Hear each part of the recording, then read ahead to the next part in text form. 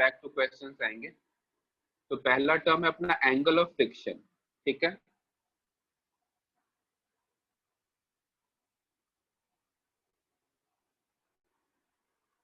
पहला टर्म है angle of friction, heading लिखना।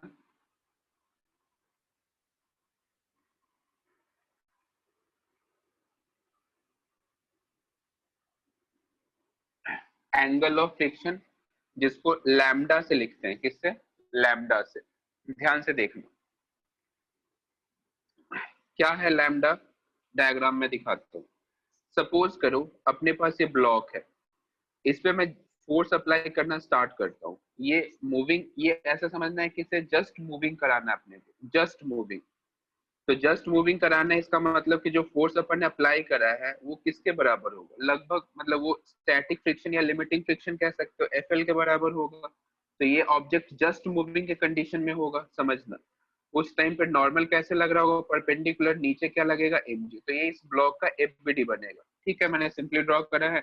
ऐसा अपन मानेंगे कि ये कैसा है? Just moving. तो जस्ट मूविंग का मतलब कि जो अपना फोर्स है वो किसके बराबर है? लिमिटिंग फ्रिक्शन के बराबर है। और लिमिटिंग फ्रिक्शन तुम्हें पता है कितना होता है? म्यू एस इंटू नॉर्मल, सही है ना? अच्छा, तुम्हें ये भी पता है कि इसके बीच में जो रिजल्टेंट होगा आर, वो इस तरीके से होगा। अच्छा, यदि मुझे आर लिखना हो तो मैं क्या लिखूंगा? अंडर रूट ऑफ एन का स्क्वायर प्लस एफ एल का स्क्वायर, एन का स्क्वायर प्लस एफ एल का स्क्वायर। ध्यान से देखना, इसी में मैं चाहूंगी यदि एन को रिप्लेस करना, तो एन को मैं किससे रिप्लेस कर सकता हूँ? एम जी से रिप्लेस कर सकता हूँ। एफ एल को रिप्लेस करना चाहूँ तो क्या लिख सकता हूँ? म्यू एस इंटू नॉर्मल, और नॉर्मल खुद एम जी के बराबर है, तो मैं इसे ऐसे लिख सकता हूँ। अब तुम ध्यान से देखना, तो यदि मैं यहाँ से एम जी बाहर निकाल लूँ तो क्या बनेगा? 1 प्लस म्यू एस का स्क्वायर। तो ये अपने पास कॉन्टेक्ट फोर्स का एक रिजल्टेंट आ जाता है, देख सकते हो तो, है ना। और ये जो कांटेक्ट फोर्स है ये मैक्सिमम है, इससे ज्यादा कांटेक्ट फोर्स नहीं हो सकता। ऐसा मैं क्यों कह रहा हूँ? क्योंकि मैंने यहाँ पे लिमिटिंग फ्रिक्शन फोर्स अप्लाई करा है। अच्छा, यदि मैं तुमसे कहूँ कि आर मिनिमम बताओ, तो तुम कहोगे सर आर मिनिमम तब होगा जब आप फोर्स ही अप्लाई मत करो। तो जब मैं फोर्स अप्लाई नहीं करूंगा तो लिमिटिंग फ्रिक्शन भी जीरो होगा, और आर मिनिमम सिंपली एन के बराबर होगा, और ये सिंपल एम जी के बराबर होगा। यानी कि मैं जनरल वैल्यू लिखना चाहूं तो मैं कह सकता हूं कि एम जी के बराबर होगा आर, और इससे, और इस वाले वैल्यू के से छोटा होगा।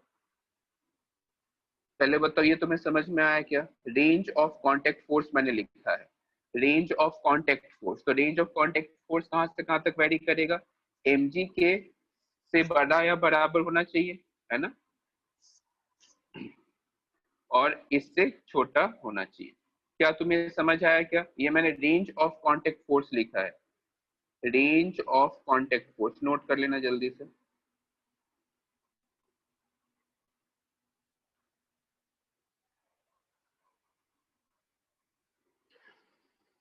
आर मैक्स के लिए अपन क्या मानेंगे कि फ्रिक्शन ज्यादा से ज्यादा हो। फ्रिक्शन ज्यादा कब होगा? जब ऑब्जेक्ट क्या हो? जस्ट मूविंग हो।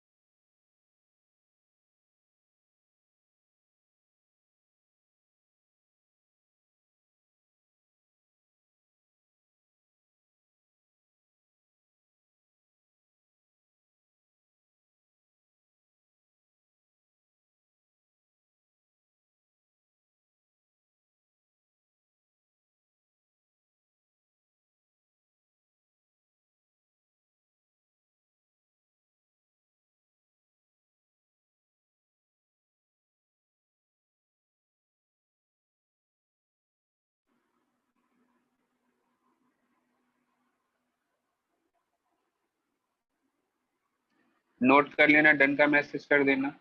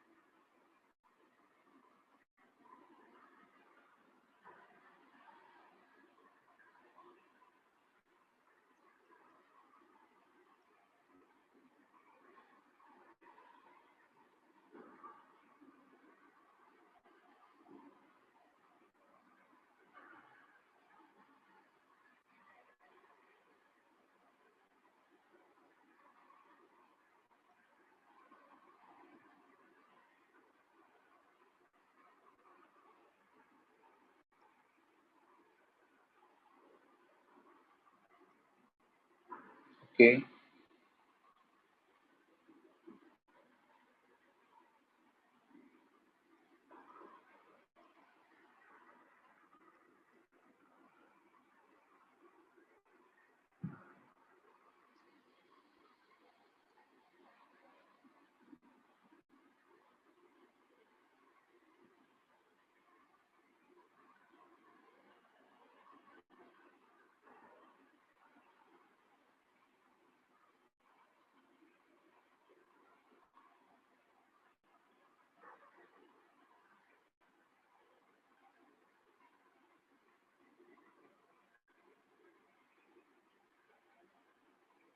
नोट कर लेना, डन का मैसेज कर देना।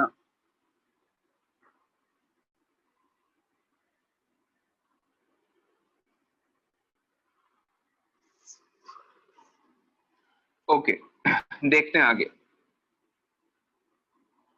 देखो, अब इसी में मैं तुम्हें एंगल ऑफ फ्रिक्शन बताता हूँ। तो देखो, एंगल ऑफ फ्रिक्शन बेसिकली क्या होता है, ध्यान से देखना। नॉर्मल, ध्यान से देखो, नॉर्मल और कांटेक्ट फोर्स के बीच में जो एंगल होता है ना, इसी को अपन लैम्डा बोलते हैं, और यही अपना क्या होता है, एंगल ऑफ फ्रिक्शन। ठीक है, तो यहाँ पे मार्क कर लेना लैम्डा, फिर मैं नेक्स्ट स्लाइड में तुम्हें दिखा रहा हूँ। देखो, इसके परपेंडिकुलर क्या था, नॉर्मल, इस तरफ क्या था, लिमिटिंग फ्रिक्शन। ये लिमिटिंग फ्रिक्शन तब लगेगा जब यहाँ पे अपन फोर्स एफ अप्लाई कर रहे हैं और ये जस्ट मूविंग हो। जस्ट मूविंग का मतलब है कि अब इससे जरा सा फोर्स एक्स्ट्रा लगाओगे, ये मूव करने लगेगा। इसका मतलब सिंपल है कि जो एफ है वो किसके बराबर होगा, लिमिटिंग फ्रिक्शन के, है ना। और इधर से अपना ये रिजल्टेंट आर, और रिजल्टेंट और नॉर्मल फोर्स के बीच में जो एंगल है उसी को अपन क्या कहेंगे, angle of friction lambda.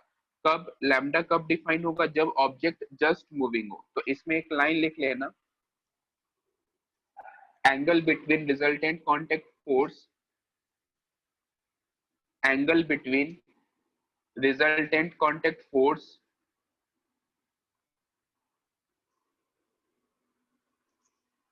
Angle between resultant contact force and the normal reaction, and the normal reaction,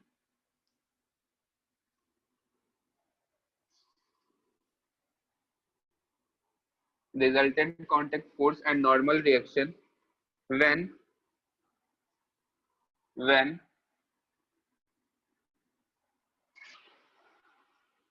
when sliding is when sliding is just initiating, when sliding is just initiating।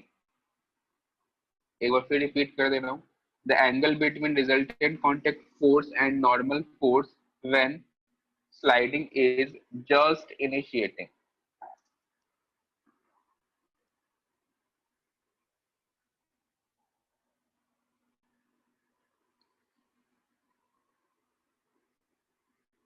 sliding is just initiating। देखो, तो फिर यहाँ पे मैं tan lambda F L upon N लिख सकता हूँ क्या, है ना। ध्यान से देखना, तो tan लैम्डा एफ एल किसके बराबर है, तो म्यू एस और एम जी के। नॉर्मल किसके बराबर, mg के से कैंसिल होगा, और लैम्डा को मैं चाहूँ तो ऐसे भी लिख सकता हूँ tan inverse mu S. Mu S, ध्यान से यहाँ पे एस है, ठीक है, तो म्यू एस यहाँ पे स्टैटिक कोफिशिएंट को रिप्रेजेंट करता है।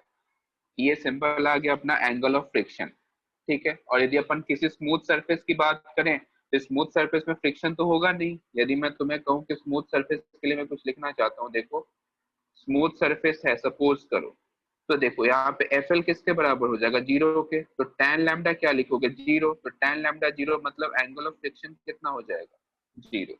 एंगल ऑफ फ्रिक्शन जीरो इसलिए भी होगा क्योंकि जो रिजल्टेंट कांटेक्ट फोर्स है और नॉर्मल दोनों सेम डायरेक्शन में ही होगा, क्योंकि फ्रिक्शन तो है ही नहीं। अब फ्रिक्शन है ही नहीं तो दोनों सेम डायरेक्शन में, तो अपना एंगल ऑफ फ्रिक्शन कितना हो जाएगा, जीरो। स्मूथ सरफेस के लिए, रफ सरफेस के लिए लैम्डा किसके बराबर है, tan inverse mu S, S for static, है ना, नोट करना।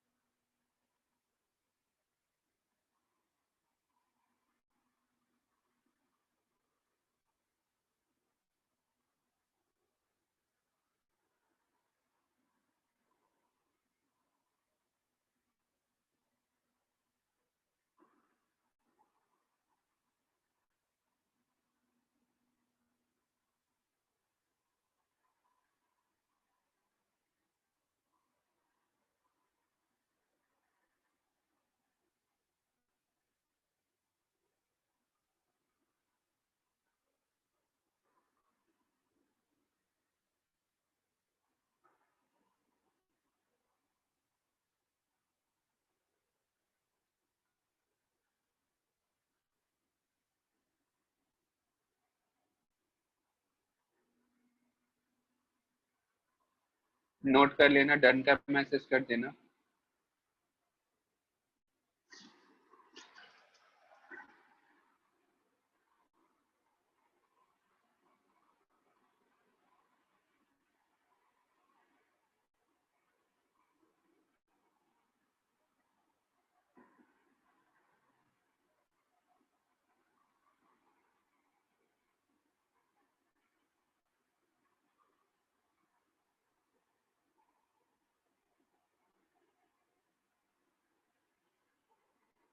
देखना, अब आते हैं अपन कुछ क्वेश्चंस करेंगे आज के, ठीक है, स्टार्ट करते हैं क्वेश्चन। एक वर्टिकल वॉल है अपने पास, ध्यान से देखना, एक vertical wall, and vertical wall पे अपन ने कोई ब्लॉक इस तरीके से होल्ड कराया हुआ है, मास m इक्वल्स टू 5 किलोग्राम है। वर्टिकल वॉल पे अपन ने ब्लॉक को इस तरीके से प्लेस किया है, और इधर से मैंने फोर्स F अप्लाई किया है, कितना अप्लाई करूं, 100 न्यूटन, ठीक है, और ये एंगल है अपने पास 37 डिग्री। ये एंगल है कितना, 37 डिग्री, ठीक है। तुमसे पूछा गया है acceleration of the block, find acceleration of the block and frictional force, find acceleration and friction force. करो सॉल्व। रफ है, फ्रिक्शन कोफिशिएंट 0.4 गिवन है, फ्रिक्शन कोफिशिएंट है कितना, 0.4। Find acceleration and friction force, friction coefficient है 0.4, ठीक है, करो try.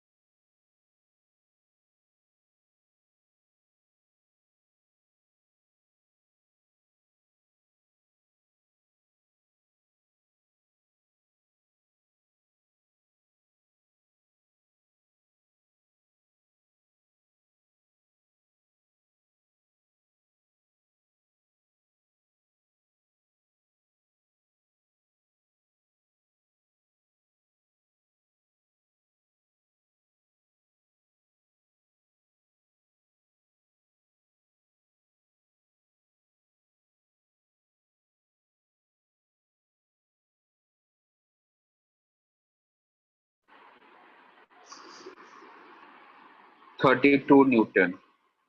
32 acceleration है क्या या फ्रिक्शन फोर्स है? फोर्स, ओके ठीक है। हम्म, ठीक है देखते हैं।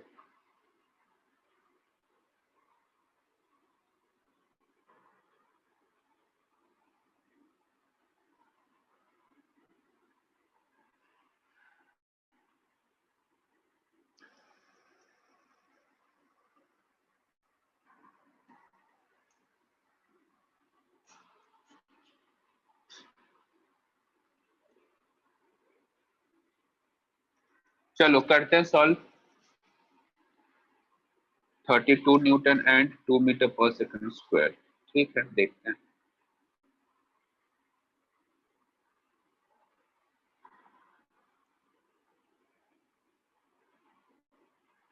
बताओ फ्रिक्शन क्या होगा। सबसे पहले अपन फ्रिक्शन फोर्स सॉल्व कर लेते हैं। तो फ्रिक्शन फोर्स अपने को बताया गया है mu into M G, right. तो फ्रिक्शन फोर्स यहाँ पे म्यू है कितना बताओ, 0.4, और मास है कितना 5, और ये 10। क्या 20 न्यूटन आया क्या फ्रिक्शन फोर्स तुम सभी का? यस का मैसेज करो जल्दी से। बहुत बढ़िया, किसने बोला? किसी ने, कोई ना कोई तो यस बोलेगा यार। देखो एक ने यस बोला, मुझे पता था कोई ना कोई तो यस बोलेगा। भाई साहब ये गलत है। तुम्हें याद हो तो फ्रिक्शन तुम्हें क्या सिखाया गया है, म्यू इनटू नॉर्मल, ठीक है। और यहाँ नॉर्मल mg के बराबर नहीं है। तो पहले तो इस फोर्स के अपन दो कंपोनेंट्स करेंगे, ध्यान से देखना। एक ऊपर और एक नीचे। तो इधर का कंपोनेंट 80 आएगा और इधर का 60 आएगा, सही है क्या? देखो 80 और 60। अब इस ब्लॉक के लिए अपन एफबीडी ड्रॉ करते हैं। तो नीचे क्या लगेगा, एम जी। सरफेस के परपेंडिकुलर क्या लगेगा, नॉर्मल। इधर तुमने एक 80 न्यूटन का फोर्स अप्लाई करा है और ऊपर तुमने 60 न्यूटन का फोर्स अप्लाई करा है। ये मैंने सिंपली यहाँ से लिखा है, देखो ध्यान से, है ना। अब ये अपने पास एफबीडी बन गया हुआ है, ध्यान से देखना। अब मैं तुमसे कहूं कि नॉर्मल बताओ, तो तुम कहोगे नॉर्मल तो 80 न्यूटन के बराबर है। दिख रहा है क्या तुम्हें नॉर्मल? नॉर्मल 80 न्यूटन के बराबर है। इसका मतलब फ्रिक्शन फोर्स कितना होगा, 0.4 इंटू 80। तो 0.4 यानी कि 32 न्यूटन आ जाएगा फ्रिक्शन फोर्स। फ्रिक्शन फोर्स कितना आएगा, 32 न्यूटन। ये तो अपना लिमिटिंग है, ये मैक्सिमम है। अब अपन आगे देखते हैं। अच्छा सोचो, अब मैं ये देखूं तो mg है मेरा कितना 50, इधर कितना लग रहा है 60। तो बताओ फ्रिक्शन ऊपर लगे या नीचे लगे, क्योंकि इस ऑब्जेक्ट की मूविंग टेंडेंसी किधर है, ऊपर की तरफ। इस ऑब्जेक्ट की मूविंग टेंडेंसी किधर है, ऊपर की तरफ। ऐसा मैं क्यों कह रहा हूं, क्योंकि इस तरफ ये 60 का डिमांड कर रहा है, अपने पास तो है 50। इसका मतलब फ्रिक्शन लगेगा किधर, लगेगा नीचे लगेगा। समझ रहे हो?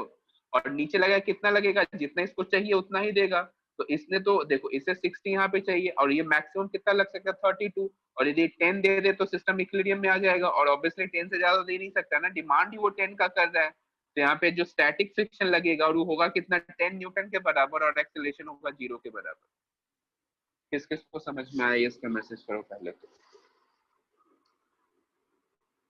समझ में आया हो ये इसका मैसेज करो। रिपीट हो तो रिपीट का मैसेज कर दो।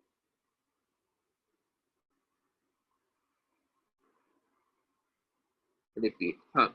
देखो सबसे पहले अपने को क्या करना है, समझो ध्यान से।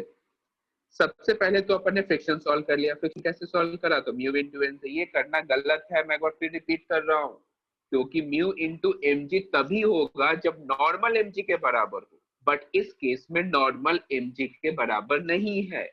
मैंने क्या करा, सिंपली क्या करा कि इस वाले फोर्स जो है ना, इस फोर्स के मैंने कंपोनेंट्स किए।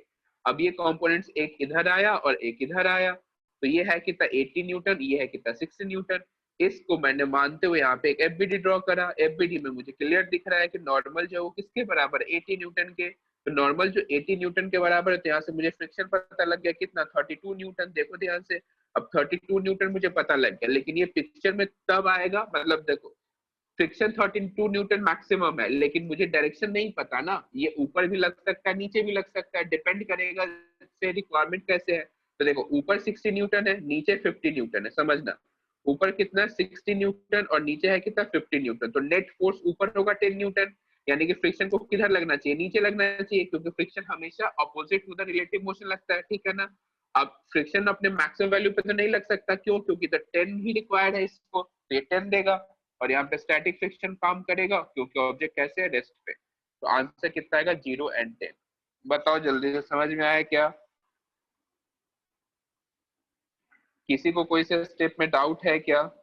जल्दी से नोट कर लो फिर।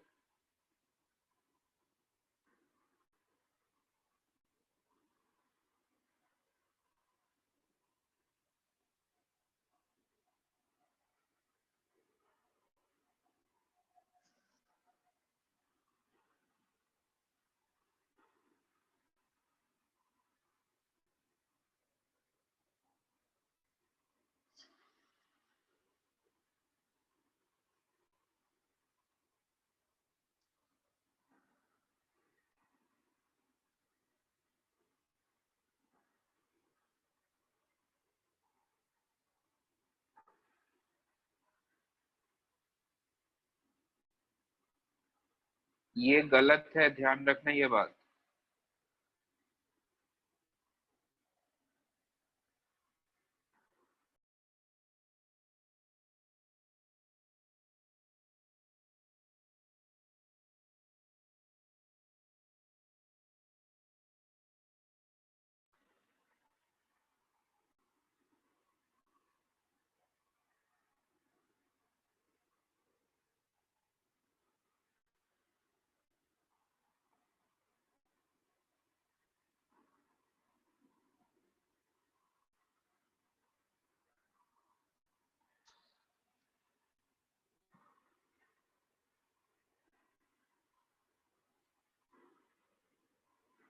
कोई से स्टेप में डाउट हो तो प्लीज बताना मुझे, है ना। एक एक स्टेप अच्छे से समझेंगे। एक बार मैं फिर रिपीट करूंगा, friction force mu into M G के बराबर नहीं होता है। ये म्यू एम जी तब होगा जब नॉर्मल एम जी के बराबर हो। वैसे ऑफिशियली अपने को याद रखना, friction equals to mu into normal, ठीक है। नॉर्मल जो होगा वो अपना मल्टीप्लाई होगा म्यू के साथ, फिर फ्रिक्शन पता लगेगा। चलो इसी में अपन 3-4 क्वेश्चन और रिपीट करेंगे, जल्दी से कर लो फिर आगे बढ़ेंगे।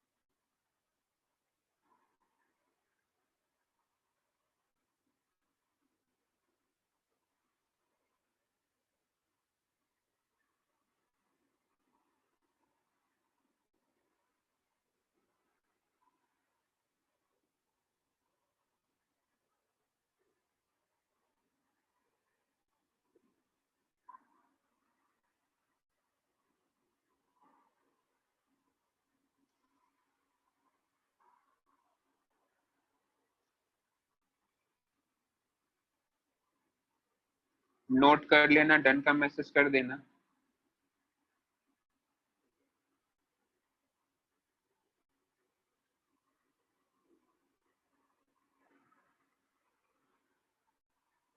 देखना नेक्स्ट क्वेश्चन, सेम क्वेश्चन रहेगा, बस मैं डेटा चेंज करूंगा।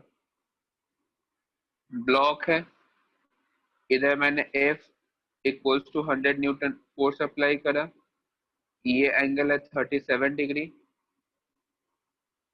फ्रिक्शन कोफिशिएंट है 0.4। तुमसे पूछा गया find acceleration and friction force when, पहला m इक्वल्स टू 2 किलोग्राम, दूसरा m इक्वल्स टू 8 किलोग्राम, तीसरा m इक्वल्स टू 12 किलोग्राम। करो solve. Find acceleration and friction force, और m के लिए डिफरेंट वैल्यूज गिवन है तुम्हें, 2, 8 एंड 12 किलोग्राम। करो solve.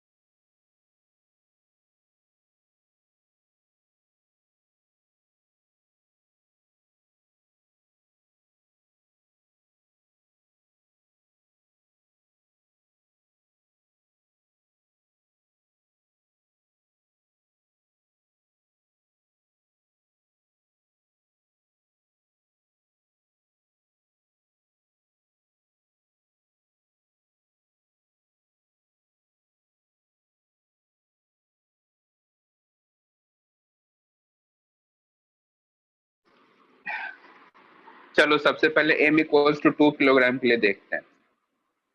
m equals to 2 kilogram के लिए देखते हैं, ध्यान से देखना। इसमें पहले इधर साइड में कंपोनेंट लिख लेता हूँ, ये 80 न्यूटन के बराबर होगा और ये 60 के बराबर होगा, ठीक है। तो इसके लिए जब मैं फ्रिक्शन फोर्स चेक करूं मैक्सिमम लिमिटिंग, तो कितना होगा 0.4 इंटू 80, तो 32 न्यूटन। क्या 32 न्यूटन फ्रिक्शन फोर्स तीनों केस के लिए होगा क्या, है ना। तीनों ही केस के लिए फ्रिक्शन फोर्स कितना होगा मैक्सिमम 32 न्यूटन, राइट। अब आते हैं अपन 2 किलोग्राम के लिए। एफबीडी यदि अपन ड्रॉ करें तो एमजी लगेगा। एमजी है कितना 20, क्योंकि इसमें मास है कितना 2। अच्छा, उसके बाद इधर से नॉर्मल तो लग गया, नॉर्मल का काम खत्म। अब सोचो, ऊपर एक 60 न्यूटन का फोर्स लगा है, सोच के बताना। ये 60 न्यूटन, ये 20 न्यूटन। मूविंग टेंडेंसी किधर है, ऊपर की तरफ। फ्रिक्शन किधर लगेगा इसमें, नीचे की तरफ। अब जैसे इसमें फ्रिक्शन नीचे लगेगा तो देखो फ्रिक्शन अपने मैक्सिमम वैल्यू पे लगेगा। क्यों मैक्सिमम पे लगेगा, क्योंकि तुम्हें यहाँ पता होना चाहिए कि यहाँ पे 60 यानी कि 40 का गैप है, और ये तो मैक्सिमम 32 ही दे सकता है, इससे तो ज्यादा दे नहीं सकता। फिर भी इस ऑब्जेक्ट के पास एक एक्सेलरेशन होगा, तो मैं लिख सकता हूँ 60 minus 52 equals to 2 into A.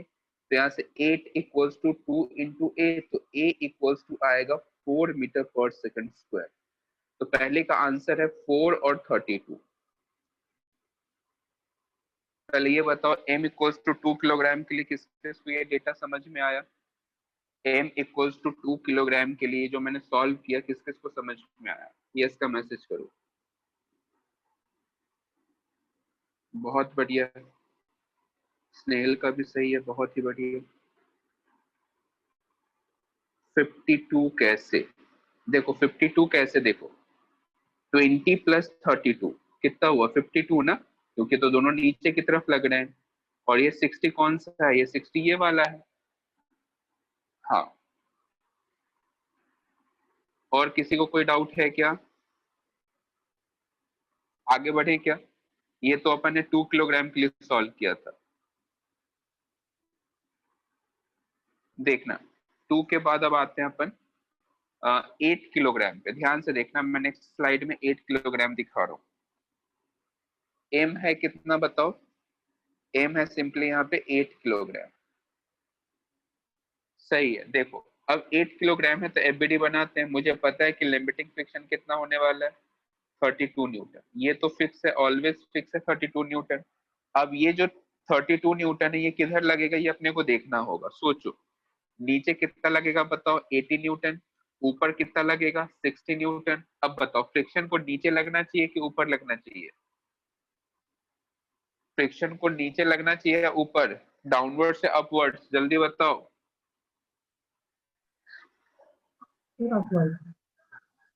Upwards, बिल्कुल सही। देखो ये 80 है, ये 60 है, तो नेट फोर्स तो नीचे की तरफ है ना, तो एक्सेलरेशन सॉरी फ्रिक्शन किधर लगेगा, ऊपर। अब सोचो, क्या फ्रिक्शन अपने मैक्सिमम वैल्यू पे लगेगा, बिल्कुल भी नहीं। इसे 20 का ही डिमांड है, तो यहाँ पे फ्रिक्शन कितना लग जाएगा 20। तो इस केस में एक्सेलरेशन 0 और फ्रिक्शन फोर्स कितना हो जाएगा 20 न्यूटन। ये मैंने सॉल्व करा है एम इक्वल्स टू 8 किलोग्राम के लिए। अब अपन थर्ड केस देखेंगे।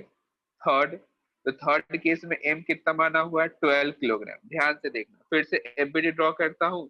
तो नीचे कितना लगेगा बताओ 120, ऊपर कितना लगेगा 60। अब तो इसका मूविंग टेंडेंसी नीचे की तरफ है, फ्रिक्शन किधर लगेगा ऊपर। अब इस बार मैक्सिमम वैल्यू पे लगेगा, है ना। तो 120 माइनस 92 इक्वल्स टू, मैं लिख सकता हूँ 12 इंटू ए।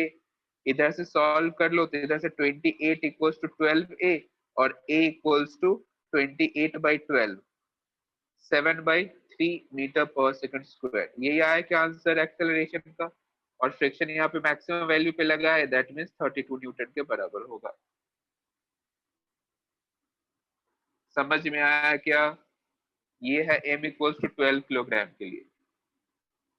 किसी को कोई से स्टेप में डाउट हो, फर्स्ट सेकंड थर्ड, मैसेज करो मुझे। बाकी समझ में आ गया हो, डन का मैसेज कर देना नोट करने के बाद।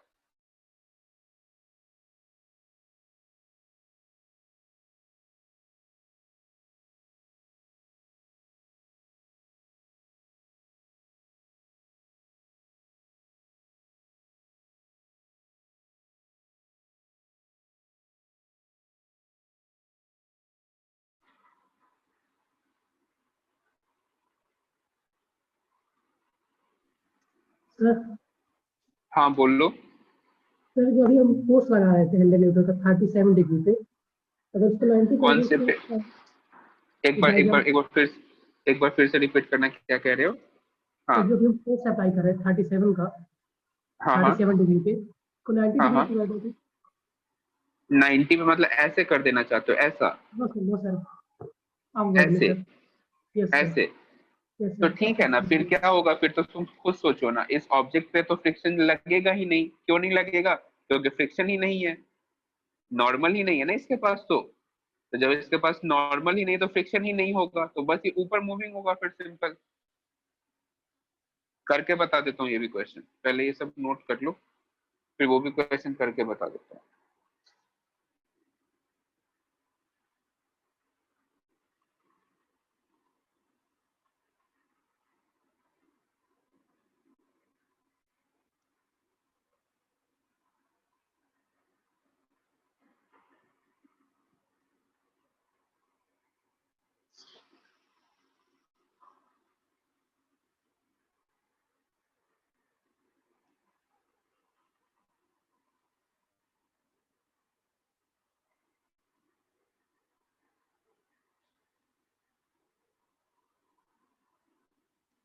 ये नोट कर लिए हो तो डन का मैसेज कर देना।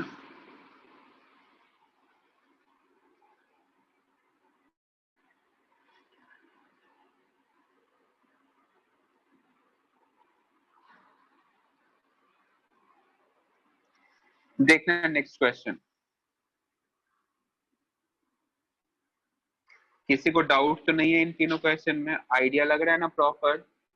मैं मार्क्स डिफरेंट डिफरेंट लेके तुम्हें बस ये फील दिलाने की कोशिश कर रहा हूँ कि कैसे ये काम कर रहा है, कैसे यहाँ पे हो भी रहा है ना। डेटा सेम इसलिए रखा ताकि अपने को समझाना है, इसलिए मैंने डेटा चेंज नहीं किया, सिर्फ मार्क्स को ही चेंज किया। खैर, समझ में आ गया क्या? आगे बढ़े क्या? डन का मैसेज करो। देखना, अब दो क्वेश्चन और कर लेते हैं जैसा इसने कहा। ये दो अलग अलग क्वेश्चन है, एक का है मास 5 किलोग्राम, दूसरे का भी मास है 5 किलोग्राम। इधर से मैंने फोर्स अप्लाई कर दिया F इक्वल्स टू 20 न्यूटन का, और इधर से मैंने फोर्स अप्लाई कर दिया F इक्वल्स टू 20 न्यूटन का, और दोनों में फ्रिक्शन कोफिशिएंट है 0.2 का। कितना है? 0.2। तो दोनों के लिए एक्सेलरेशन और फ्रिक्शन फोर्स बताओ। दोनों ही कंडीशन के लिए एक्सेलरेशन एंड फ्रिक्शन फोर्स बताओ। करो सॉल्व। 0.2 है, ठीक है। फोर्स है 20 न्यूटन दोनों के लिए, एंड दोनों ही कंडीशन के लिए एक्सेलरेशन एंड फ्रिक्शन फोर्स तुम्हें सॉल्व करके बताना है। Find A and F.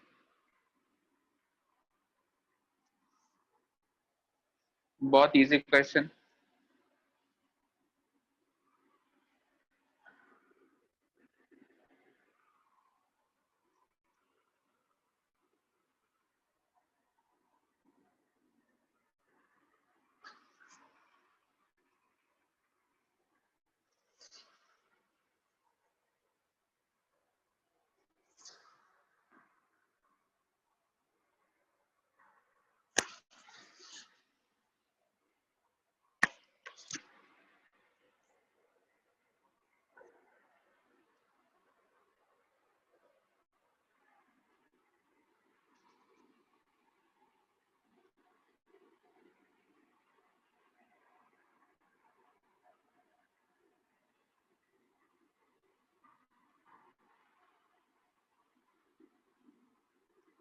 Six, 0, 9 and 2.4। Good.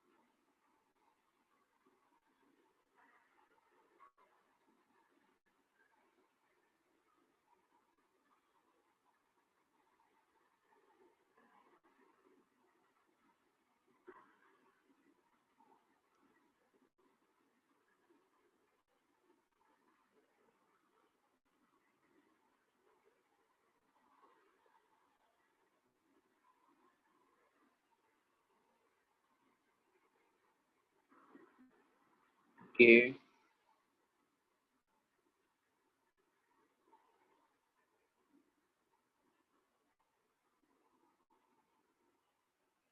देखना ध्यान से, बहुत बढ़िया। देखो सबसे पहले अपन इसके लिए फ्रिक्शन फोर्स सॉल्व करें, तो इसके लिए फ्रिक्शन फोर्स क्या लिखेंगे, म्यू इनटू नॉर्मल। नॉर्मल तो है ही नहीं, तो फ्रिक्शन फोर्स कितना होगा, 0। इसके लिए फ्रिक्शन फोर्स लिखे तो म्यू इंटू 20 यानी कि 4 न्यूटन। सही है। अच्छा सोचना, इसमें क्या लगेगा, नीचे एक अकेला mg का फोर्स लगेगा और ये 20 न्यूटन है, तो इसका जो एक्सेलरेशन है किधर होगा, नीचे की तरफ। तो मैं डायरेक्ट a लिखूं, 30 डिवाइड बाई 5, 6 मीटर पर सेकंड स्क्वायर। ये मैं फर्स्ट केस के लिए सॉल्व कर रहा हूँ। और ये एक्सेलरेशन किधर होगा, नीचे की तरफ, क्योंकि 50 नीचे लग रहा है, 20 ऊपर लग रहा है। तो नेट फोर्स कितना आ जाएगा, नेट फोर्स तो 30 न्यूटन, और 30 डिवाइड बाई 5, 6 मीटर पर सेकंड स्क्वायर। इसके लिए देखो तो इसके नीचे क्या लगेगा, 50, ऊपर क्या लगेगा, फ्रिक्शन। फ्रिक्शन कितना लगेगा, 4। तो यहाँ पे नेट फोर्स कितना आएगा, 46 डिवाइड बाई 5, यहाँ से एक्सेलरेशन आ गया। और फ्रिक्शन फोर्स ऑलरेडी यहाँ पे अपने को 4 पता है। समझ आया क्या, ये देख लो, first second third 4 answers. Y normal 0। मुझे बताओ, इस सरफेस पे यदि मैं नॉर्मल लगा देता हूं, और तुम कहते हो कि सर ऐसे मैं तो लगा सकता हूं, तो देखो कायदे से यदि मैं तुमसे कहूं तो इस सरफेस पे, मतलब इस ऑब्जेक्ट पे, क्या हॉरिजॉन्टल डायरेक्शन में तुम्हें कोई फोर्स दिख रहा है क्या, बिल्कुल दिख रहा है। क्या दिख रहा है, नॉर्मल। तो कायदे से क्या होना चाहिए था कि इस ब्लॉक को हॉरिजॉन्टली मूव कर जाना चाहिए था। तो क्या ये हॉरिजॉन्टली मूव कर रहा है क्या ब्लॉक, बताओ। क्या ये 5 kg हॉरिजॉन्टली मूव कर रहा है क्या, बिल्कुल भी नहीं, ये सिर्फ वर्टिकली मूव कर रहा है। इसका क्या मतलब है कि जब हॉरिजॉन्टल में मूव नहीं कर रहा है, इसका मतलब नॉर्मल कितना होगा, 0। समझ में आया।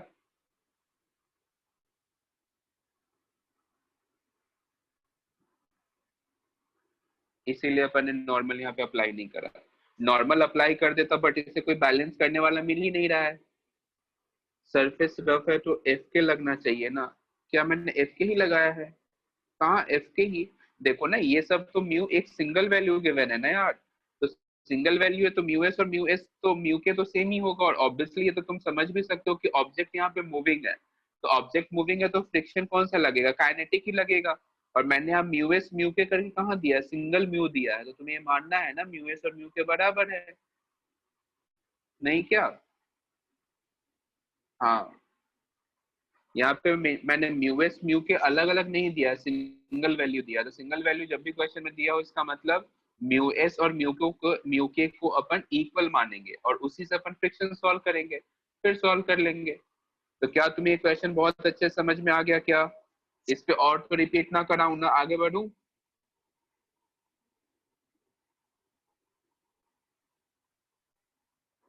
चलो आगे बढ़ते हैं। अब नेक्स्ट टाइप पे देखेंगे, ये भी बहुत इंटरेस्टिंग क्वेश्चन है, देखना। फ्रिक्शन एक बार में समझ में आने लग जाएगा ना, तो काफी इंटरेस्टिंग चैप्टर है ये। और यदि समझ में नहीं आया तो फिर तो डिफिकल्ट है। और ऐसा कुछ है नहीं इसमें कि जो ना समझ में आए। खैर, देखो फोर्स है यहाँ पे मान लो 20 न्यूटन, समझना। इधर है 5 किलोग्राम और इधर है 10 किलोग्राम। बहुत इजी क्वेश्चन से स्टार्ट करूंगा। फ्रिक्शन कोफिशिएंट है कंप्लीट सरफेस का 0.2। कितना है, 0.2 न्यूटन, सॉरी 0.2 फ्रिक्शन कोफिशिएंट है ना।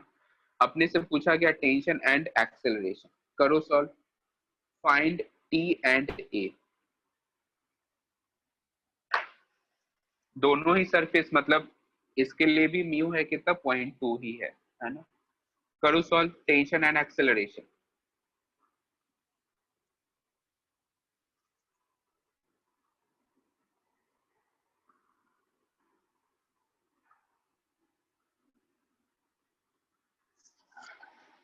20,0। उससे भाई सही है। 20,0।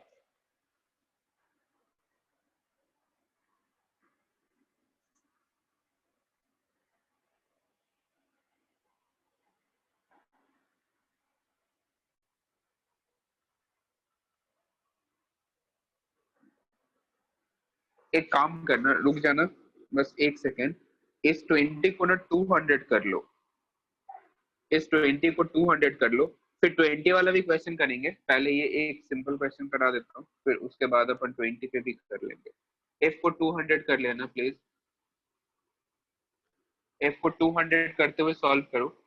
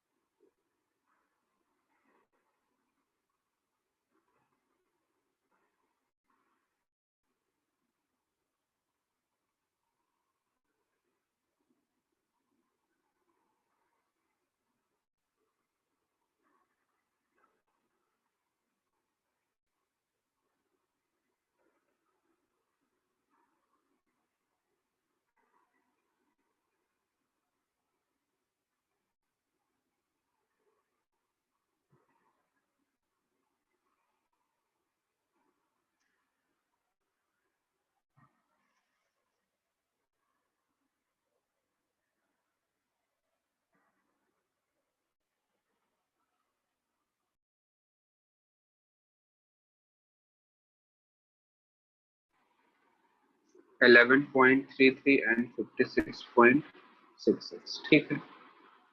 200/3 एंड 34/3। देखो करते हैं सॉल्व। क्या करेंगे बताओ? सबसे पहले तो अपन एफबीडी ड्रॉ करेंगे, है ना। तो 10 किलोग्राम के लिए करते हैं। इधर कितना लगेगा? 200 न्यूटन। पीछे क्या लगेगा? टेंशन। और फ्रिक्शन किधर लगेगा? पीछे की तरफ। और फ्रिक्शन कितना होगा? तो 20 के बराबर होगा, पता है तुम्हें। इसके लिए इक्वेशन यदि अपन लिखना चाहें तो 200 minus friction -20 equals to 10 into A. तो यहाँ से आ जाएगा 180 minus friction equals to 10 A. ये था 10 किलोग्राम के लिए। 5 किलोग्राम के लिए देखो तो टेंशन आगे एंड फ्रिक्शन पीछे। और फ्रिक्शन कितना होगा? 10 न्यूटन। तो मैं यहाँ सिंपल लिखूं T-10 इक्वल्स टू 5 इंटू ए, है ना। इसके नीचे लिख लेते हैं। सॉरी, यहाँ पे टी आएगा ना। हाँ ठीक है। यहाँ पे क्या आ जाएगा? T-10 equals to 5a। इससे कैंसिल होगा और इधर आएगा 170 इक्वल्स टू 15 है। तो a equals to 170 divide by 15। यही आया क्या एक्सेलरेशन? बताओ। Yes sir. एक्सेल यही आया। अब फिर किसी इक्वेशन में रखोगे, टेंशन सॉल्व कर लोगे। चलो इस क्वेश्चन को मुझे थोड़ा और सिंप्लीफाई करना होगा। इजी स्टेप में करना होता तो मैं क्या करता? इससे मैं कंबाइंड सिस्टम मानता। टोटल मास कितना होता? 15।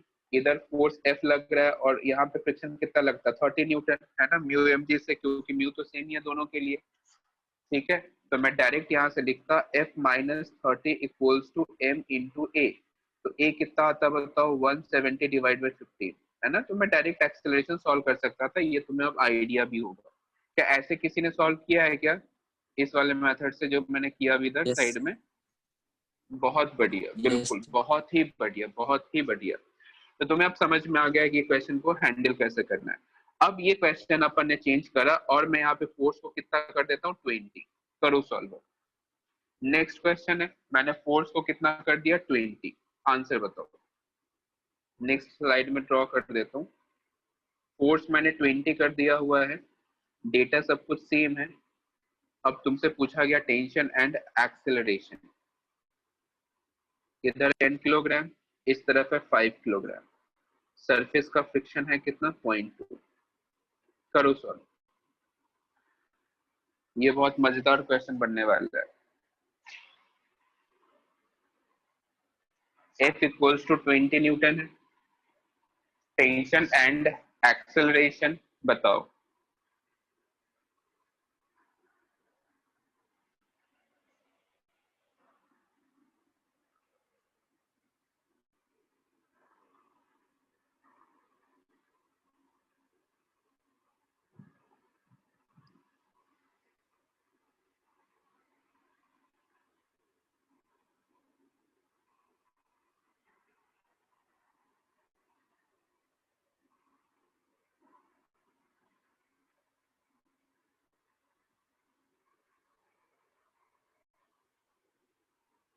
0,0।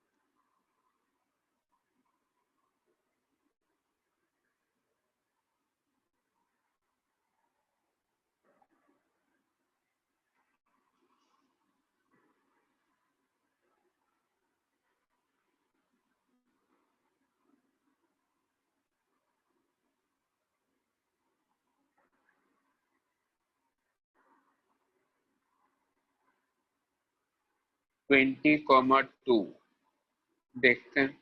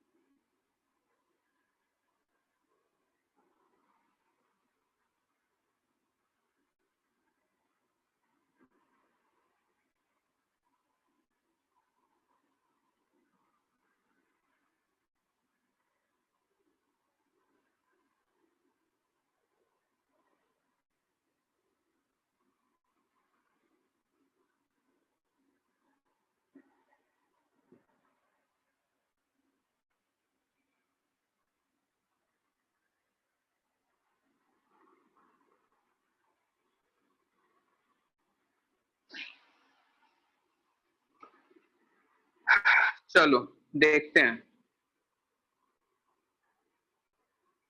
20,0, 20,2, 0,0, 20,0। देखो सबसे पहले समझते हैं, बहुत इंटरेस्टिंग क्वेश्चन होने वाला है। अच्छा, एक पॉइंट और इसमें मैं ऐड कर देता हूँ। सपोज करो इस वाले पॉइंट के लिए मैंने फ्रिक्शन F1 मान लिया और इसे मैंने F2 मान लिया, तो F1 और F2 की वैल्यू बताओ। 5 kg ब्लॉक पे जो फ्रिक्शन लग रहा है उसे मैंने F1 माना, और 10 kg ब्लॉक पे जो F2 लग रहा है, मतलब फ्रिक्शन लग रहा है, उसे मैंने F2 माना। तो F1 और F2 की भी वैल्यू बताओ क्या होगा।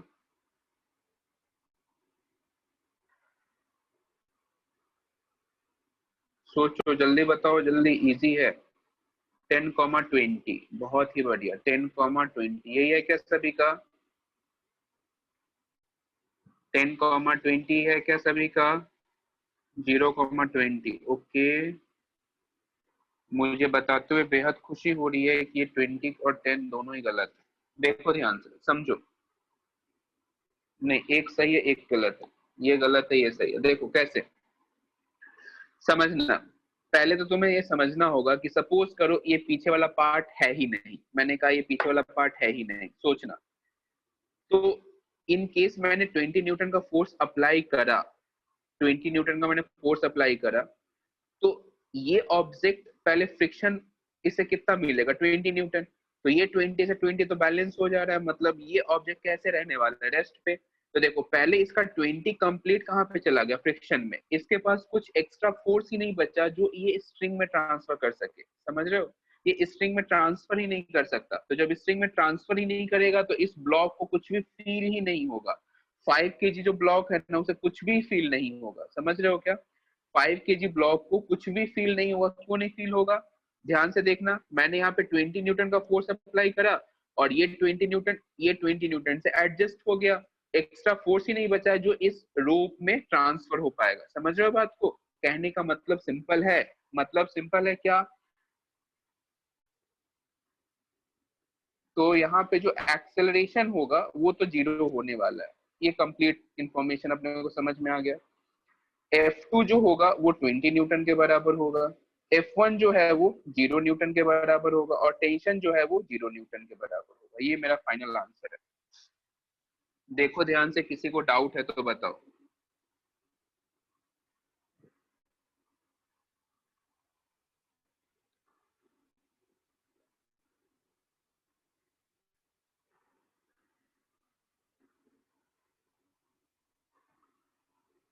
क्या तुम्हें समझ में आया ये जो मैंने साइड में आंसर्स लिखे हैं? सबसे पहले ब्लॉक चलने की टेंडेंसी करेगा तो उसे अपोज किसके द्वारा मिलेगा? फ्रिक्शन के कारण। उसके बाद टेंशन पिक्चर में आएगा जब वो ब्लॉक मूविंग होगा ना, तो टेंशन पिक्चर में आएगा। यदि ब्लॉक पहले ही अपने फ्रिक्शन फोर्स से लगने जो अप्लाइड फोर्स है उसे एडजस्ट कर लिया, फिर तो टेंशन पिक्चर में ही नहीं आएगा। चलो इसी क्वेश्चन में मैं चेंज कर रहा हूँ। मैंने यहाँ पे फोर्स को 35 न्यूटन कर दिया है। जल्दी से बताओ आंसर्स, यही सेम क्वेश्चन है।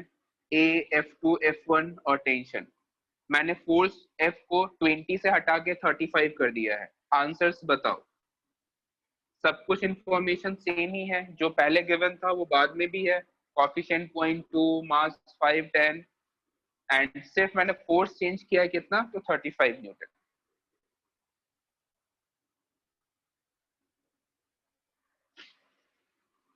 फोर्स चेंज किया किससे? 35 न्यूटन से। बताओ मुझे। Acceleration F1, F2 and tension.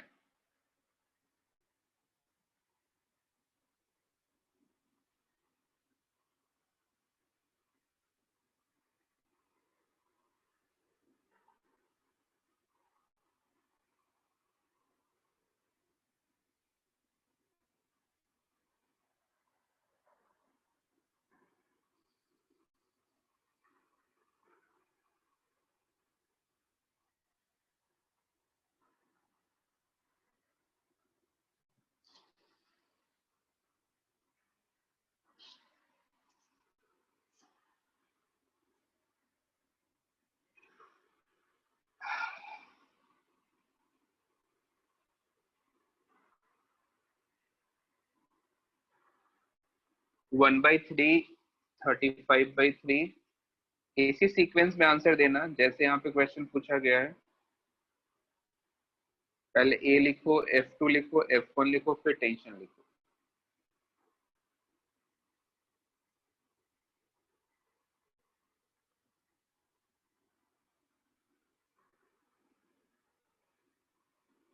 One by three, 155/3। ठीक है, देखते हैं।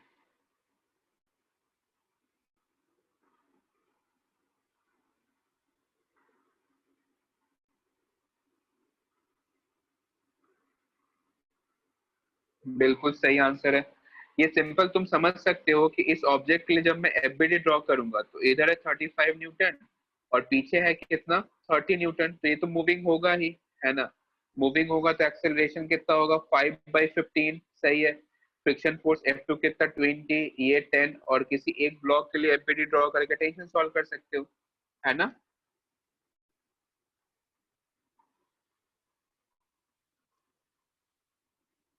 सभी का सेम आंसर है क्या? अब आता है मेन क्वेश्चन।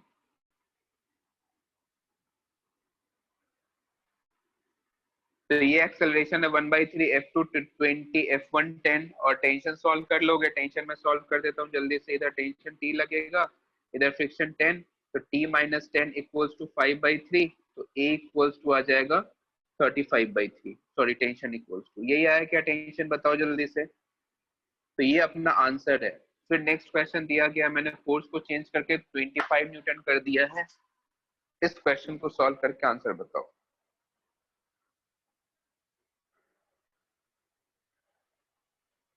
इस वाले क्वेश्चन में किसी को डाउट तो नहीं है ना? ये बहुत इजी क्वेश्चन, ये पहले भी तुमने सॉल्व किया है।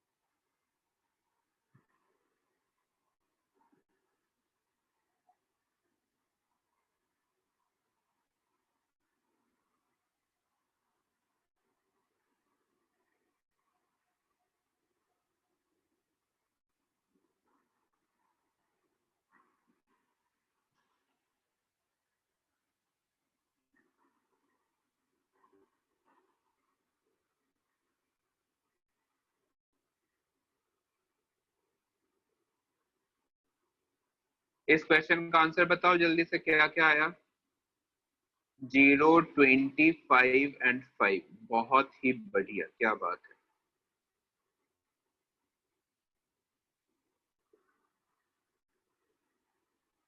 जीरो 25 5, बहुत ही बढ़िया।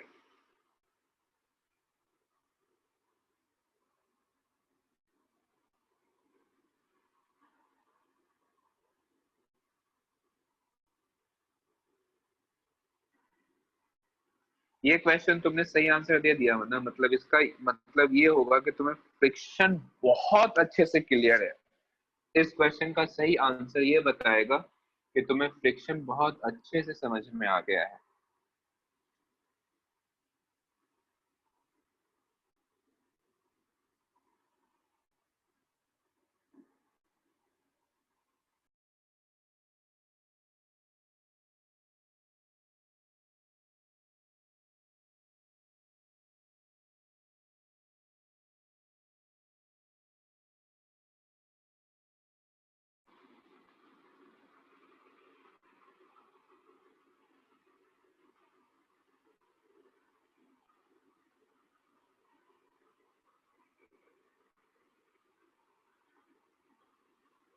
जीरो 25 5, बहुत ही बढ़िया।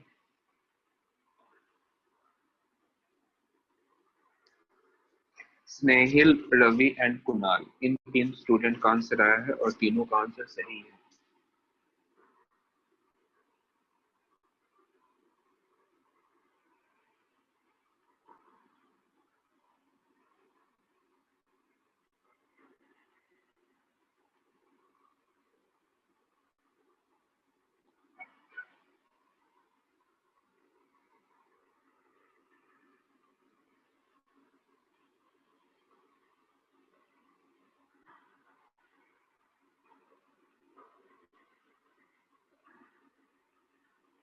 चलो देखते हैं, करते हैं सॉल्व। देखो, सबसे पहले मैं तुमसे पूछूं कि ये जो सिस्टम है ये रेस्ट में है या मूविंग में, तो तुम्हारा क्या आंसर होगा? समझ में आता है कि मैं कंबाइंड सिस्टम ड्रॉ करूं तो आगे फोर्स कितना लग रहा है? 25 न्यूटन। पीछे कितना लग रहा है? 30 न्यूटन। ऑब्वियसली ये सिस्टम कैसे होगा? रेस्ट में। अब ये जब सिस्टम रेस्ट में, इसका मतलब क्या है कि कहीं ना कहीं स्टैटिक फ्रिक्शन की बात तो आएगी, है ना? जब ऑब्जेक्ट रेस्ट में होता है तो फ्रिक्शन कौन सा लगता है? Static friction. अच्छा, समझते हैं। तुमने यहाँ पे 25 न्यूटन अप्लाई करा तो इस स्ट्रिंग से 25 न्यूटन यहाँ तक ट्रांसफर होगा। फिर कोशिश करा जाएगा इस ब्लॉक को मूव करने की। तो ये जो 10 किलोग्राम वाला जो ब्लॉक है ये कितना मैक्सिमम फ्रिक्शन ऑफर कर सकता है? 20। इसने कितना दिया? 25। तो इसके पास 5 न्यूटन का फोर्स रिमेनिंग है। और ये 5 न्यूटन किस में ट्रांसफर होगा? इस स्ट्रिंग में। सोचो, क्योंकि यदि मैं एफबीडी बनाता हूँ तो तुम देख सकते हो 25 इधर है, 20 इधर है, तो स्ट्रिंग में टेंशन कितना होगा? 5। समझ रहे हो? अब जब स्ट्रिंग में 5 न्यूटन का टेंशन है तो स्ट्रिंग में 5 इधर से और इधर से F1 का फ्रिक्शन फोर्स, और F1 10 दे सकता है, बट इसे कितना देना है? 5। क्यों? क्योंकि डिमांड ही 5 का किया है। समझ रहे हो? तो मेरा जो फाइनल आंसर बनेगा वो क्या क्या बनेगा, और मैं लिख दे रहा हूँ। 0, F2 20, टेंशन फ्रिक्शन 5 और टेंशन 5। समझ पाए क्या तुम? सोचो, दिमाग लगाओ। मुझे इस ब्लॉक को मूव कराने के लिए मिनिमम कितना फोर्स चाहिए था? 30 न्यूटन। बट मैंने दिया कितना? 20, 25।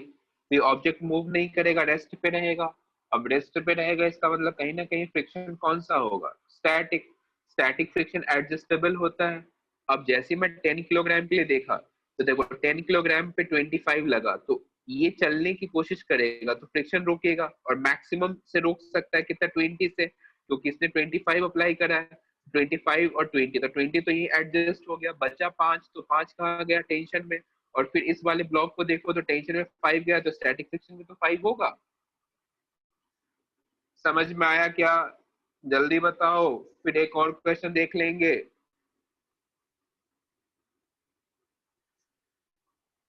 यस का मैसेज करो यदि समझ में आया हो तो। चलो एक क्वेश्चन जल्दी से देख लेते हैं। अब इस बार 3 ब्लॉक हैं, ठीक है? तीनों का मास 2, 3, 4 गिवन है। 3, 2, 5, 9, 27।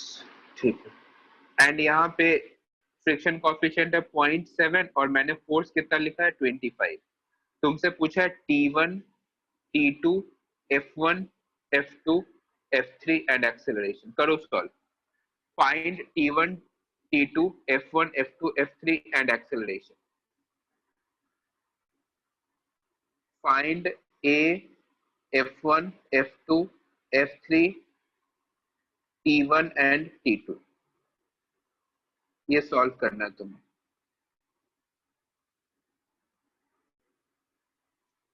बहुत इजी क्वेश्चन।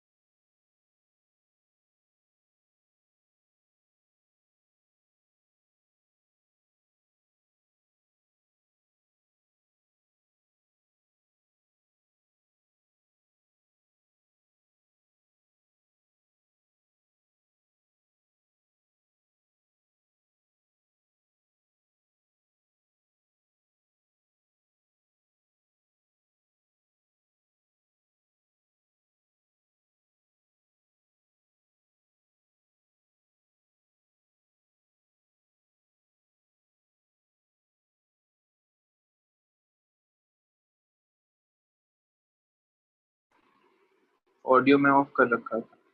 सौम्या बताओ, फ्रिक्शन 25 कैसे लिखा तुमने? फ्रिक्शन 25 तो पॉसिबल ही नहीं है ना, क्योंकि तुम यदि F1 को ध्यान से देखो, F1 को यदि तुम ध्यान से देखो तो F1 जो है वो तो F1 यदि मैं यहाँ से लिखना चाहूँ तो ये तो 12 न्यूटन के बराबर है, तो 25 कैसे?